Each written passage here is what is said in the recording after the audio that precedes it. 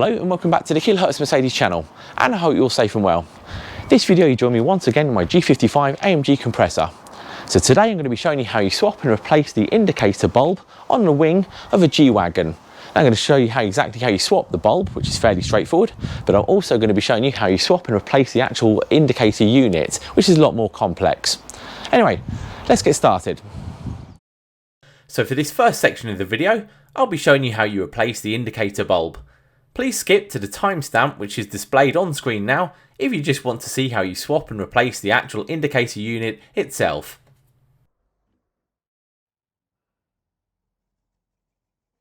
Due to the G Wagen having its origins from a bygone age, replacing the front wing indicator is extremely easy compared to with other cars.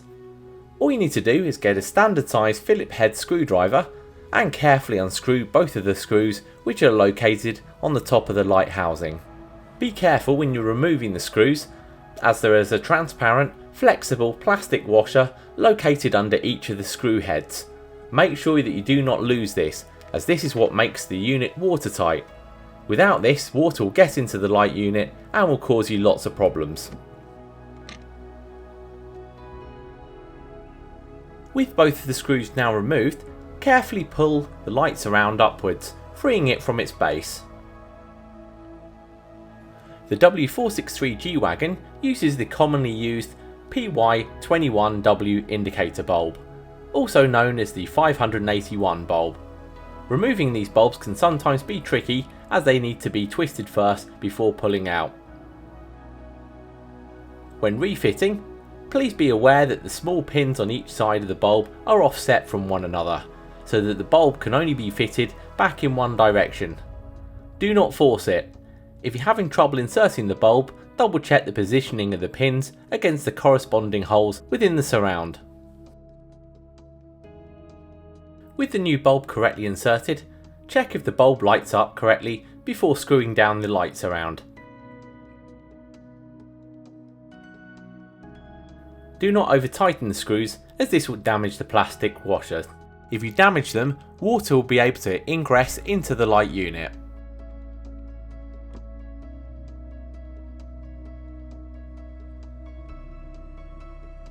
And there you have it, the bulb swapped over. Next up in this video, how to swap over the entire indicator unit.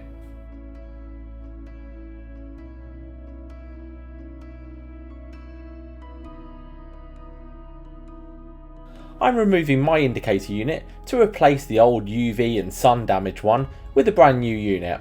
You might also need to do this if you've damaged yours, for example. To be able to remove the actual indicator unit from the front wing of a G Wagen, first you'll need to have already fully removed the corresponding front headlight unit. For a guide on how to do this, please refer to my how-to video. Link is on screen now. With the headlight removed and the indicator plastics lens unscrewed and taken off the car, we now need to remove the two 8mm nuts and bolts which hold the indicator unit in place. To do this, you'll need an 8mm socket as well as a flat-headed screwdriver.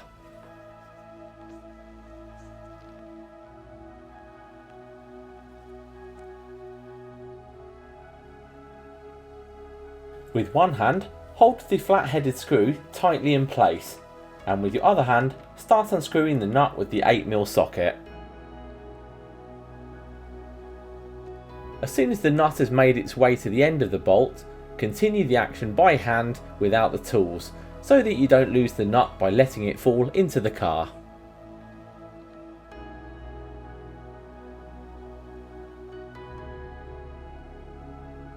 Once you've undone both bolts, carefully remove them and the washers and store them in a safe place. Next, remove both bolts by pulling them upwards, freeing them from the light surrounds.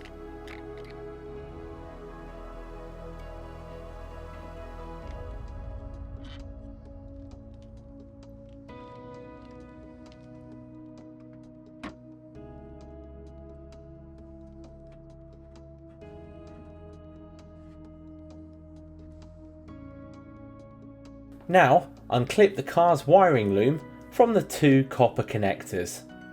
You're required to do this as you'll need to feed them through the gap under the unit's rubber mount, allowing you to lift the unit free.